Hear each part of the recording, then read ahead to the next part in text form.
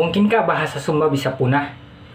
Menurut Kamus Besar Bahasa Indonesia atau KBBI, bahasa adalah sistem lambang bunyi yang arbitrer yang digunakan oleh anggota suatu masyarakat untuk bekerja sama, berinteraksi, dan mengidentifikasikan diri.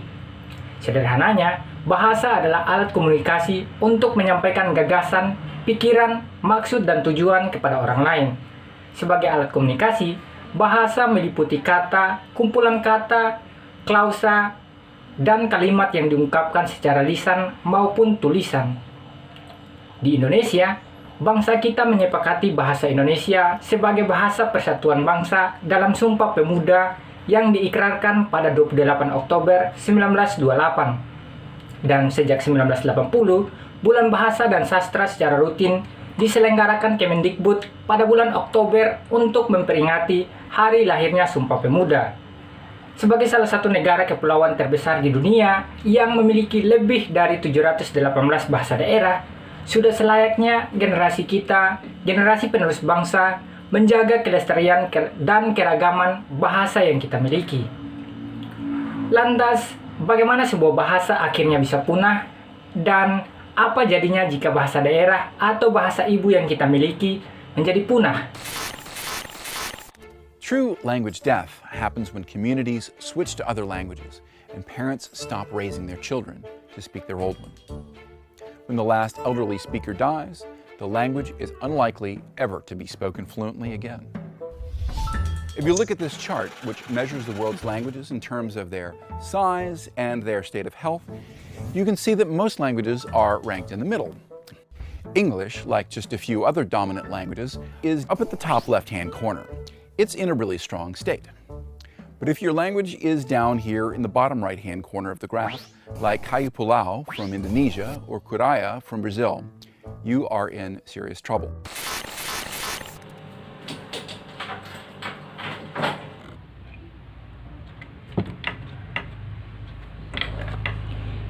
Berdasarkan data dari UNESCO dalam peringatan Hari Bahasa Ibu Internasional 2020, secara global 40% populasi di dunia tidak lagi memiliki akses ke pendidikan dalam bahasa ibu. Indonesia, sebagai negara yang memiliki keragaman dan kekayaan lebih dari 718 bahasa pun mengalami punahnya bahasa daerah.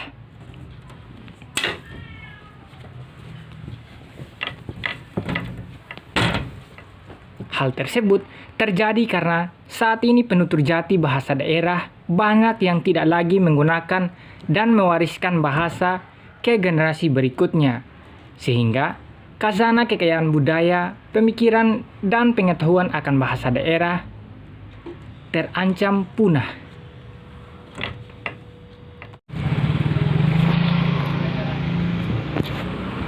Ancaman kepunahan bahasa-bahasa daerah ini perlu mendapat perhatian, sebab kepunahan bahasa sama dengan punahnya peradaban manusia yang menggunakannya. Kepunahan bahasa dapat disebabkan oleh beberapa hal. Austin dan Schellenberg membaginya ke dalam 4 kategori utama. Yang pertama, bencana alam, kelaparan dan penyakit. Kedua, perang dan genosida. Ketiga, represi terbuka. Dan yang terakhir, dominasi ekonomi, politik, atau budaya. Keempat kategori tersebut dapat dibagi lagi ke dalam 5 faktor yang paling umum. Yang pertama ada faktor ekonomi, misalnya kemiskinan di pedesaan yang menyebabkan terjadinya urbanisasi.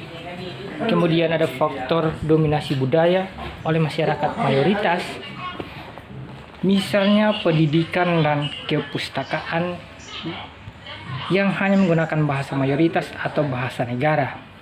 Akibatnya, bahasa daerah menjadi terpinggirkan. Lalu ada faktor politik, misalnya kebijakan pendidikan yang mengabaikan atau mengecualikan bahasa daerah, kurangnya pengakuan atau representasi politik, atau larangan penggunaan bahasa minoritas dalam kehidupan masyarakat. Selanjutnya, ada faktor sejarah, misalnya penjajahan, sengketa batas wilayah, atau naiknya satu kelompok berikut ragam bahasanya menjadi dominasi politik dan budaya. Dan yang terakhir, faktor sikap. Misalnya bahasa minoritas diasosiasikan dengan kemiskinan serta buta huruf dan penderitaan. Sementara itu, bahasa mayoritas dikaitkan dengan kemajuan. Nah, untuk mencegah kepunahan tersebut, Menteri Pendidikan, Kebudayaan, Riset, dan Teknologi Nadiem Anwar Makarim menghadirkan program revitalisasi bahasa daerah pada peluncuran Merdeka Belajar episode ke-17 kemarin. Kemendikbudristek meluncurkan episode ke-17 ini fokus kepada revitalisasi bahasa daerah dengan beberapa prinsip dasar. Bahwa kita berorientasi bukan hanya memproteksi bahasa tersebut, tapi kita ingin menginovasikan, mengembangkan bahasa tersebut. Kita harus adaptif sesuai dengan daerah dan masyarakat tertentunya, jadi tidak semua pakai satu aturan yang sama, satu kebijakan yang sama, dan fokus kepada regenerasi di generasi berikutnya, yaitu kenapa kita fokus di sekolah dasar dan sekolah menengah. Dan hasil kreasi daripada penggunaan bahasa itu fokusnya adalah kreativitas dan kemerdekaan untuk berkreasi. Kita menyasar komunitas tutur, guru, kepala sekolah dan pengawas, dan siswa di dalam program ini. Hinton mendefinisikan revitalisasi bahasa sebagai upaya untuk mengembalikan bahasa yang terancam punah pada tingkat penggunaan yang lebih baik dalam masyarakat setelah mengalami penurunan penggunaan. Revitalisasi bahasa bisa didefinisikan sebagai usaha untuk meningkatkan bentuk atau fungsi penggunaan bahasa agar tidak mengalami kepunahan. Nah, program revitalisasi bahasa daerah oleh Mendikbudristek ini bertujuan untuk melindungi keberagaman bahasa daerah di Indonesia. Sebab, berdasarkan data Kemendikbudristek pada 2019, dari 718 bahasa daerah di tanah air, sebanyak 25 bahasa daerah terancam punah dan 6 dinyatakan krisis, lalu 11 telah punah. Menurut Nadiem, revitalisasi bahasa daerah perlu dilakukan. Untuk itu, program yang diluncurkan menekankan prinsip dari program revitalisasi bahasa daerah, yaitu dinamis, adaptif, regenerasi, dan merdeka berkreasi dalam penggunaan bahasanya. Nah, tujuannya ini apa? Akhir sasaran daripada program ini, kita ingin penutur muda ini menjadi penutur aktif bahasa daerah. Kita ingin merubah paradigma anak muda mengenal bahasa daerah itu menjadi suatu hal yang biasa. Ya, bukan anak muda hanya cuma bisa bahasa Indonesia atau bahasa Inggris, tapi dia bisa benar-benar berbicara dengan bahasa daerah. Dan menjaga kelangsungan hidup baik bahasa maupun sastra daerah ini yang menjadi kekayaan utama kita sebagai bangsa, dan juga menciptakan ruang kreativitas. Namanya program filsafat program kita adalah Merdeka Belajar. Jadi kita juga memberikan kemerdekaan bagi para penutur bahasa daerah untuk mempertahankan bahasanya dengan bantuan dari kita. Nggak bisa kita tinggalkan sendiri saja. Dan untuk menemukan fungsi-fungsi dan ranah baru daripada bahasa tersebut untuk inovasi ke depannya. Ya, harapan kita adalah dengan mendorong ini ke generasi berikutnya, itu adalah cara terbaik untuk menjaga kelestarian bahasa-bahasa ini. Kalau bahasa itu tidak digunakan, dia akan hilang. Itu sangat sederhana konsep mengenai bagaimana menjaganya. Harus digunakan dan harus menjadi populer, harus menjadi relevan bagi generasi muda. Pada 2022 ini, jumlah bahasa daerah yang menjadi objek revitalisasi ada 38 yang tersebar di 12 provinsi, yaitu Sumatera Utara, Jawa Barat, Jawa Tengah, Bali, Nusa Tenggara Timur, Nusa Tenggara Barat, Kalimantan Tengah, Kalimantan Timur, Sulawesi Selatan, Maluku, Maluku Utara, dan Papua. Di Provinsi Nusa Tenggara Timur, salah satu dari 5 bahasa daerah yang akan menjadi objek revitalisasi adalah bahasa Canberra. Bahasa Canberra, atau yang dikenal juga dengan sebutan bahasa Sumba Timur, adalah bahasa yang digunakan secara umum di Kabupaten Sumba Timur. Bahasa ini diklasifikasikan ke dalam rumpun bahasa Austronesia dengan subrumpun Melayu Polinesia Tengah. Nah, tahun 2013 lalu, seorang pustakawan Universitas Atmajaya Yogyakarta, keturunan Sumba pernah menuliskan opininya di KBR dengan judul Bahasa Sumba Menuju Kepunahan. Ia menjelaskan bahwa dalam pengamatannya ada satu hal yang tampaknya orang Sumba, khususnya orang Canberra, kurang bangga, yaitu dalam menggunakan bahasa Sumba sebagai bahasa ibu. Kendalanya mungkin antara lain ketika berada di luar tanah Sumba, hidup berbaur dengan masyarakat yang tidak berbahasa Sumba, sehingga sulit rasanya menemukan kosakata yang tepat dalam bahasa Sumba. Bahasa ini kan difungsikan untuk berkomunikasi. Kalau dia tidak difungsikan untuk komunikasi, lalu untuk apa? Kau pernah tidak punya teman orang Manggarai? Kau bergaul dengan orang Manggarai, anak seusiamu. Kau lihat tidak pula mereka menggunakan sebuah bahasa daerah.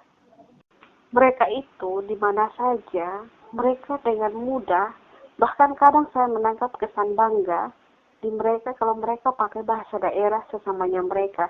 Walaupun akibatnya adalah mereka mengabaikan atau membuat kita yang lain berkecil hati karena tidak memahami apa yang mereka omong. Tapi mereka tetap omong itu, begitu.